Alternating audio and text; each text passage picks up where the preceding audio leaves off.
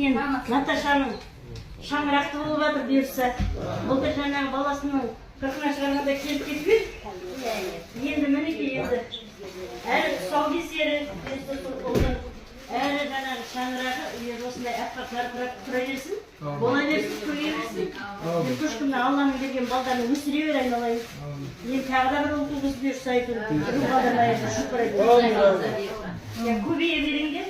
Бала алайын деп отырмын.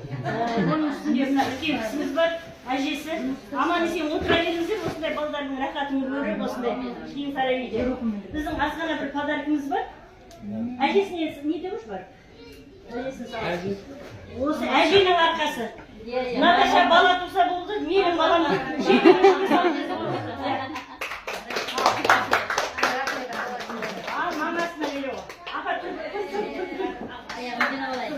Осындай аппақ үйге аппақ не алып келдік сізге. Абай қалай жаңағы шапан әкелдік баласына.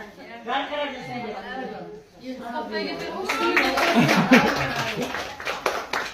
Размер.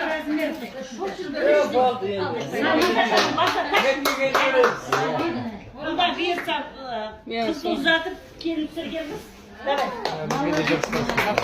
Ағайға көйлегіміз. Қайда тұрса? Сізді дұрсап қарап алмайсыз?